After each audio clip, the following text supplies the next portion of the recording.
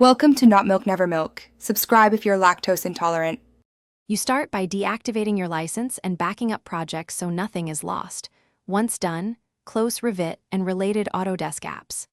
Next, open Control Panel programs and features to initiate and uninstall. Make sure to run as administrator to avoid permission errors. While the built-in uninstaller runs, note any custom add-ins or templates paths. If the uninstaller prompts for shared components, choose to remove only Revit-specific files, unless you plan to remove all Autodesk products.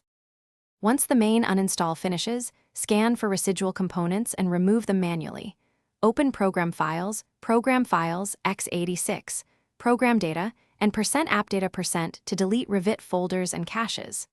Next, run the Autodesk Uninstall tool or Revit Uninstall tool to detect stubborn shared components and remove them in sequence. Make sure to check the registry for Revit keys only if you are comfortable. Otherwise, use the Autodesk Cleaner utility. Also remove leftover add-ins from common plugin folders so no orphan DLLs remain.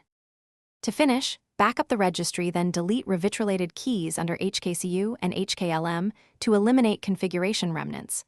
Once done, reboot your machine to clear in-memory services.